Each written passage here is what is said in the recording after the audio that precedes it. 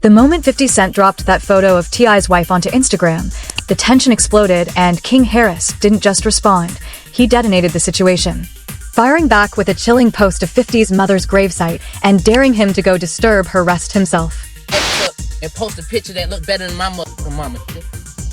What's wrong with you? Everybody already knew this wasn't something 50 Cent would quietly ignore. So when King Harris crossed that line with the gravesite post, the fallout was inevitable and brutal. Now 50 had his sights locked directly on King, and the situation was spiraling into something far messier than anyone expected. But to understand how it escalated this far, you have to rewind to the moment the spark first caught fire. February 22nd, 2026. 50 Cent logged onto Instagram and hit publish on a photo of Tiny Harris mid-performance. At first glance, it looked harmless, just another stage shot. But the more people stared, the more obvious it became. The frame felt unflattering. The angle seemed awkward. The lighting cast shadows that didn't do her any favors. It wasn't just a random picture, it felt intentional. And if there's one thing fans know about 50 Cent, it's that intention is never accidental. He didn't tuck the image into disappearing stories where drama fades overnight. Instead, he planted it directly onto his main feed, permanent, visible, impossible to ignore. A post designed to sit there, collecting reactions, sparking debates, and inviting endless scrolling commentary from anyone who stumbled across it.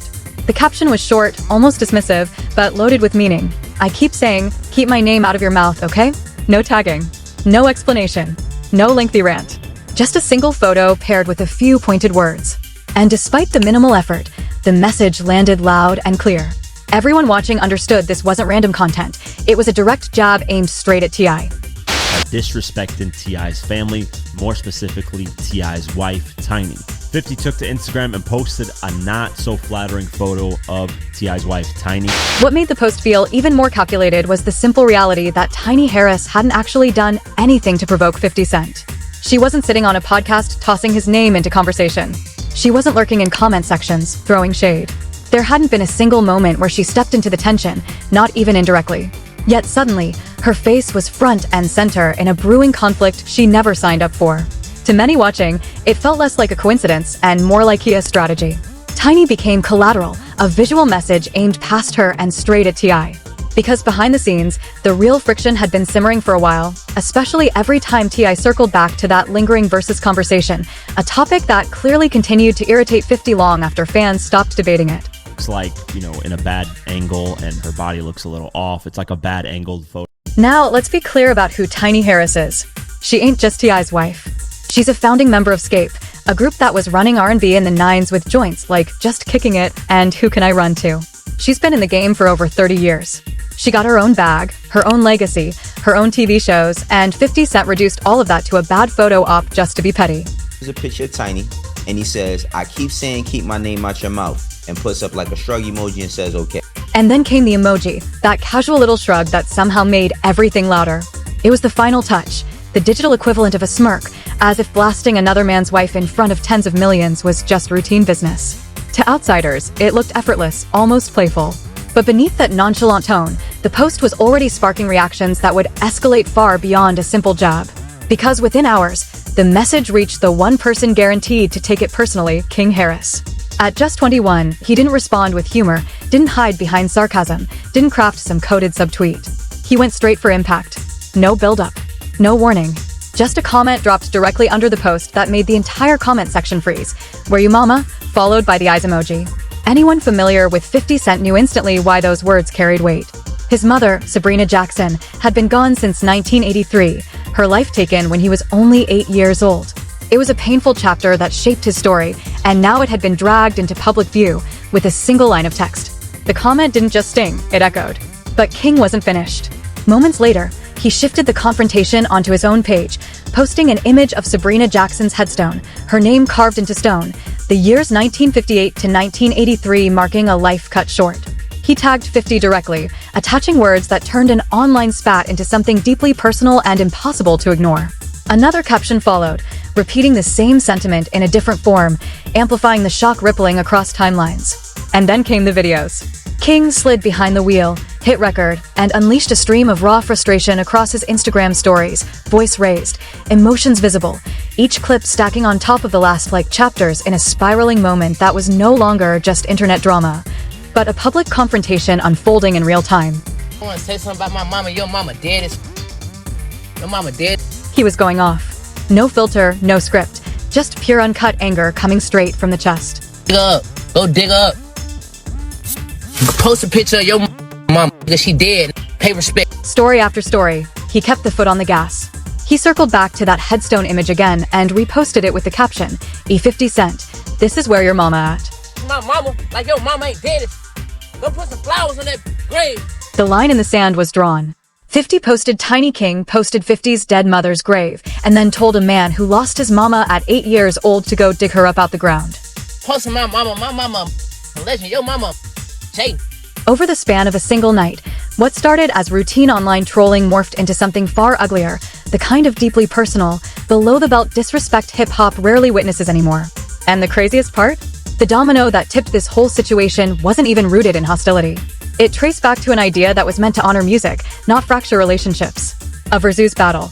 A celebration. A moment that was supposed to spotlight legacies rather than ignite conflict. The irony is almost cinematic, a showcase designed for unity becoming the foundation of division. Because at the heart of this entire fallout sits a conversation that allegedly unfolded quietly in Los Angeles between T.I. and 50 Cent. According to T.I., both artists were in LA at the time, navigating television ventures, film opportunities, and overlapping industry spaces when someone floated the idea of pairing them for Versus. T.I. described it as a real conversation, not industry whispers, not social media speculation. Face to face. He claimed they discussed logistics, weighed possibilities, and reached what felt like a mutual understanding about how the battle could unfold. But then, as the story goes, silence followed. Calls unanswered. Momentum stalled. From T.I.'s perspective, it felt as though the entire exchange evaporated overnight, leaving him standing with an agreement that only he seemed to remember. He later unpacked that experience during an appearance on the $1 Million Worth of Game, sitting across from Gilly the Kid and Wallow 267. There, he walked listeners through the timeline piece by piece, painting a picture of what the battle was originally meant to represent. In his telling, the concept was simple and powerful, two seasoned Southern artists stepping onto the same stage to celebrate catalogs built over decades. No hostility, no subliminals, just timeless records, lyrical sparring, and mutual appreciation for the art form that shaped them both. First, it was really about celebrating each other's catalog. Me and them talk back. T broke down how it all went when they were kicking it out in LA, pitching shows, and being around each other in a professional setting. Selling some TV shows while we were around each other, man, you know what I mean? I said, what you think about this? The way T.I. tells it, 50 Cent was rocking with the idea. They mapped out a game plan. T would be the first one to go public and call 5-0 out for the Versus. Then 50 would co-sign it publicly, and they'd set the whole thing in motion from there. Simple play, clean execution. At least that was the blueprint. I told him, I said, well, I'm gonna jump out there first, and then you just gonna jump out there and we'll line it. So T held up his end. He went out there and did exactly what they discussed. He slid through Shannon Sharp's Nightcap podcast and put 50 Cent's name in the Versus conversation publicly. Hold to go, and then goddamn, when I was talking to Swiss, I was like... He made it clear on that show that he wanted the smoke with 50 Cent in a Versus format, and he felt like 50 was running from it. 50, that's what I said. He don't want no smoke. But when T.I. jumped out there first like they agreed on, 50 Cent left him hanging. Acted like no conversation ever took place. Played the whole thing off like T was just some random dude calling him out with no prior communication. And that's when T.I. went from being frustrated about a Versus to being frustrated about 50 Cent's character as a man. When I jump out there, act like he ain't know what going on. For T, the whole dynamic shifted. It wasn't about the verse no more. It was about integrity. If 50 didn't want to do the battle, cool. Just keep it a buck and say that. But don't agree behind closed doors and then switch up when the cameras are on. I don't even want to, man. Now. You could hear how deep it cut. T went from wanting to share the stage with 50 to wanting absolutely nothing to do with him. Not as collaborators, not as peers, not even as two dudes who could stand in the same room. Man, that ain't gonna happen. That ain't gonna happen, man. I don't want to... And then T.I. delivered the line that echoed across blogs, timelines, and group chats for weeks, a statement that felt less like promotion and more like personal truth. He admitted he had no desire to share a stage with someone he didn't respect, a sentiment that instantly shifted the conversation from friendly competition to something far more tense. But from 50 Cent's vantage point, the narrative looked completely different. He'd been publicly brushing off the Versus concept long before this moment, framing it as a phenomenon that thrived during lockdowns but held little relevance to his current trajectory. His focus had drifted far beyond studio sessions, television empires, film production deals, brand partnerships. The last album drop sat years behind him, and music, while foundational, no longer defined his day-to-day grind. In his mind, that chapter had already been closed. So when T.I. continued pushing the idea, 50's reactions came wrapped in his trademark energy, dismissive, sarcastic, and laced with trolling undertones. Instagram became his playground, where repeated "keep my name out your mouth" captions and shrugging emoji memes painted a picture of indifference. To observers, it felt like he was positioning T.I. as someone chasing validation from a peer who simply wasn't interested. Then the temperature rose. Comment sections turned into battlegrounds when 50 began attaching the King Rat label to T.I., a phrase loaded with implications that cut deep within hip-hop culture. It wasn't playful banter anymore, it was a character attack. T.I. fired back almost instantly, pushing against the narrative and warning 50 to either step into the Verzu spotlight or stop fueling the back-and-forth altogether. The exchanges intensified, stacking podcast remarks, social media captions, and subtle jabs into a slow-burning conflict that refused to cool. By the time February 22nd arrived, the feud had already been simmering beneath the surface for weeks. What was originally pitched as a celebration of two catalogs had mutated into something far more volatile, a dispute loud enough to pull family members into the blast radius despite having no role in the original disagreement. And that's where the story takes a heavier turn. To understand why King Harris's response landed with such discomfort across the culture, you have to understand the woman whose memory was suddenly dragged into public conversation. Sabrina Jackson wasn't simply a celebrity parent whose passing was marked by quiet condolences and floral arrangements. Her story carried tragedy, unanswered questions, and a loss that never found closure. Born around 1958 in the South Jamaica neighborhood of New York City, Sabrina Jackson became a mother while still navigating adolescence herself. At just 15, she gave birth to Curtis Jackson, the child who would later rise to global recognition as 50 Cent. From the very beginning, her journey was one of survival. No partner to share the weight. No safety net. Just a teenage mother in one of the city's toughest environments, determined to carve out stability for her son in circumstances that offered very little margin for error. I was like 8 years old. I went to live with my grandparents. And she had me when she was 15. To put food on the table and keep a roof overhead, Sabrina got into the drug game in the neighborhood. This was South Jamaica, Queens, smack in the middle of the early crack wave that was tearing through the city in the late 70s and early 80s. The options for a teenage single mother in that zip code were thin, and she chose the hustle because that's what the environment demanded.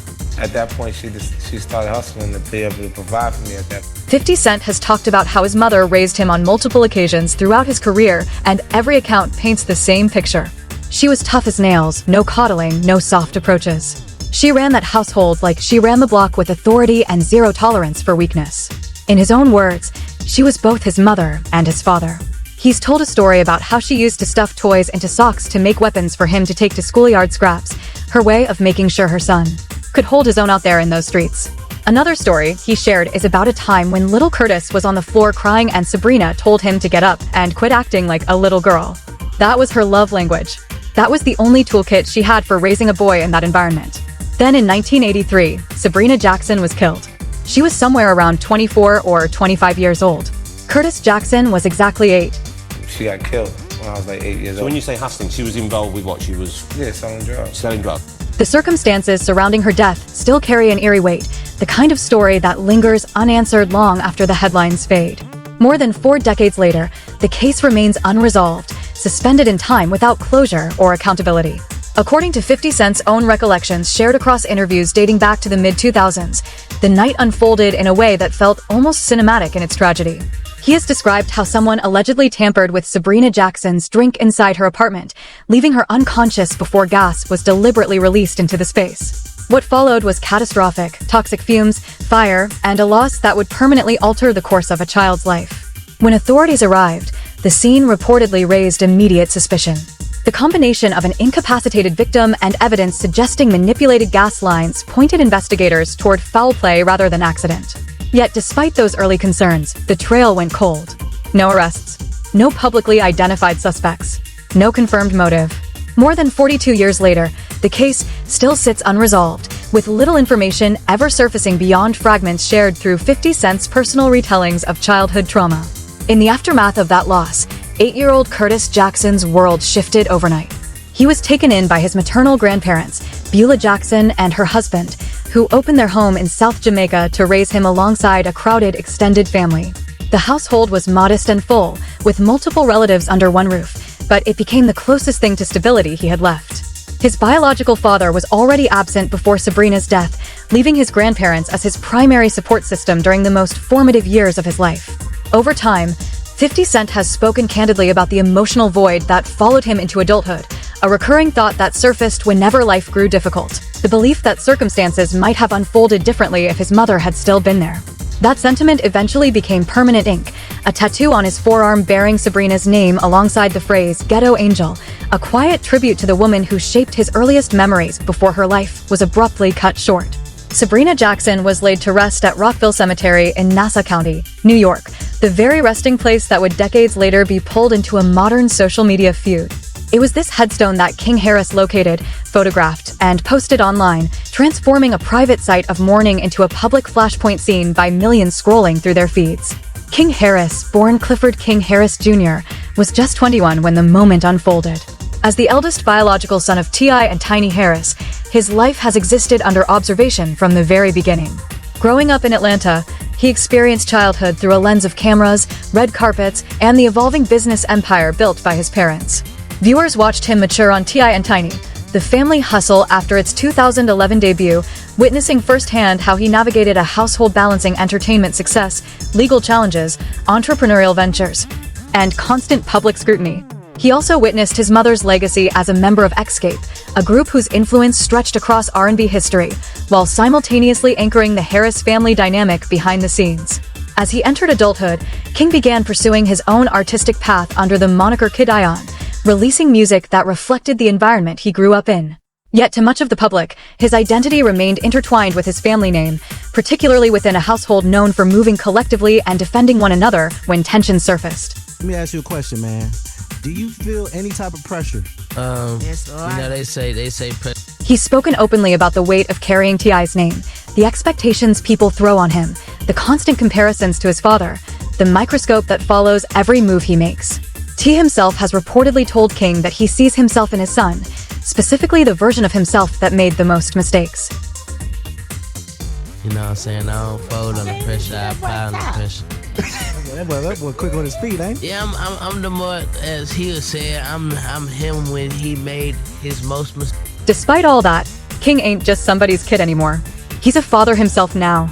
He's got a son, and he's talked publicly about trying to build independence and toughness in his child, the same qualities his own parents poured into him growing up. Playing like that, going like that. How y'all raised? I'm not raised like that. I don't go. I'm not going back my mama. And there's a real thick layer of irony sitting right on top of that statement. King said, "I'm not raised like that," while in the same breath telling a man to go dig up his deceased mother's remains. He positioned himself on moral high ground while standing in one of the deepest moral ditches hip-hop etiquette recognizes, disrespecting somebody's dead parent. One YouTuber who covered the situation acknowledged King's anger, but predicted there would be some parental accountability coming behind closed doors. And jumped in the mix. I ain't even mad at him for defending his mom. Now, do I think that this will go to some crazy level of some... He went on to say that T and Tiny would most likely pull King to the side privately and get him together, because regardless of how justified his anger was, the grave post crossed a line that even the Harris family wouldn't typically stand behind.